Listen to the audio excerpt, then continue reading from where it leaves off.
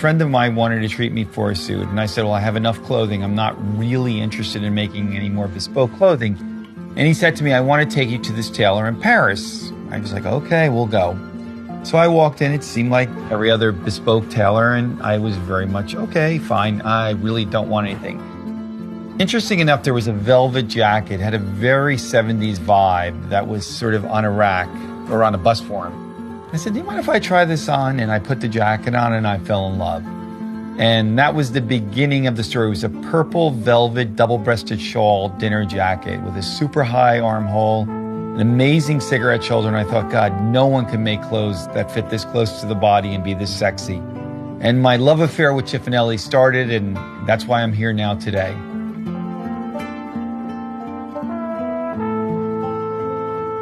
For me, literally, the best bespoke suit I've ever had has been from Cifonelli.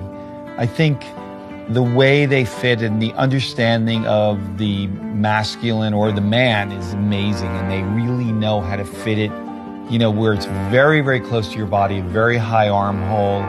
And whenever you put it on, it sort of changes you. It sort of moves you to another place. And I think they just figured out something a long time ago, how the suit becomes part of you opposed to you wearing the suit. It's like you and the suit, there's a marriage and it happens and you love the clothes. And I pretty much will wear the clothes till they're down to the threads. I love what they do and I believe in this silhouette, and I think there's something very timeless about it. Ralph, for many years, has had clothes made at Anderson and Shepherd. And he had clothes made at Doug Hayward on Mott Street, which is now the Rubinacci shop. But, Ralph really loved the stuff that Doug Hayward made. And he hadn't had a suit made in probably 8 or 9 years. And I said to him, it took me almost a year. I said, Ralph, I really found this tailor that I think you really would love. I think you would really, once he put the clothes on you, I think you'd really get the sense of what it's about. And he's like, no, I'm not interested. I don't really want to do this. So I convinced him to have Lorenzo come in and fit him for a suit. First fit was a struggle. Once he got it on him and he wore it and he saw the reaction, he fell in love with it. And now basically all of Ralph's clothes are from Lorenzo or from Cifonelli. So it's something that sort of, once you taste it, it's almost becomes there's an addictive quality to it. And I think it's amazing what it can do to you, how it makes you feel. My job as a creative director is to interpret the brand. I have to remove John Vizzone from the equation. I have to, obviously there are things I love, but when you start focusing on yourself, you lose the perspective of what your job is supposed to be.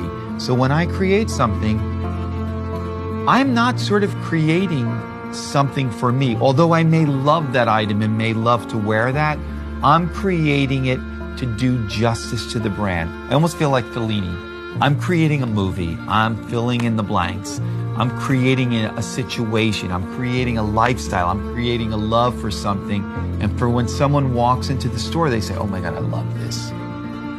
I am now working for a label that was created in the 1800s. So it's interesting when you're really put on the line and you're told, okay, let me see what you can do with their DNA and make sense of it. And I don't have anyone to answer to, or I don't have anyone to sort of say, oh, does this look good? Does this look bad? So it's really my head.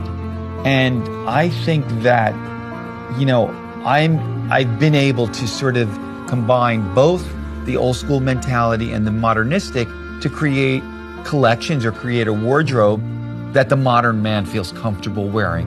And after the show, both Lorenzo and Massimo said to me, John, it's amazing. He said, our grandfather / great-grandfather would have been very proud of what you had to say. And I felt really moved by that. For fall last season, I had this idea of that you're a prince and you inherited all these amazing clothes and these trunks and you recut them for a modern gentleman. So I'm riding that again. And for this season, where's the prince going? Where's the Cifonelli prince going?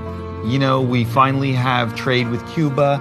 And I thought, you know what? You're so rich. There are some hotels that are going to be opening in Cuba. I'm going to Cuba and I'm bringing the most amazing clothes that they've ever seen.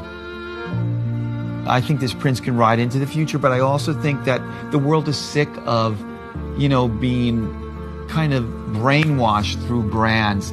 I don't want to name brands because I don't want to get into that, but where you say, okay, it's this season and tomorrow you're going to throw those clothes out.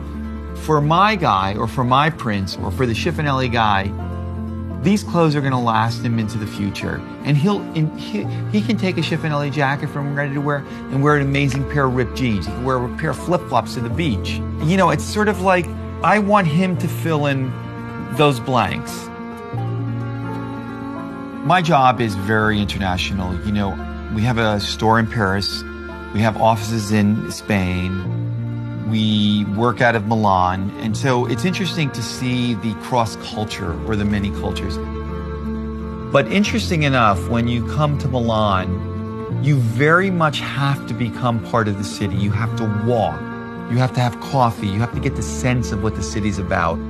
And I think the Cifonelli gentleman can put on a jacket, put on an amazing pair of pants, great pair of loafers, and feel very much at home here and feel like he looks like he's part of the place. When they started asking you directions in a town, you succeeded.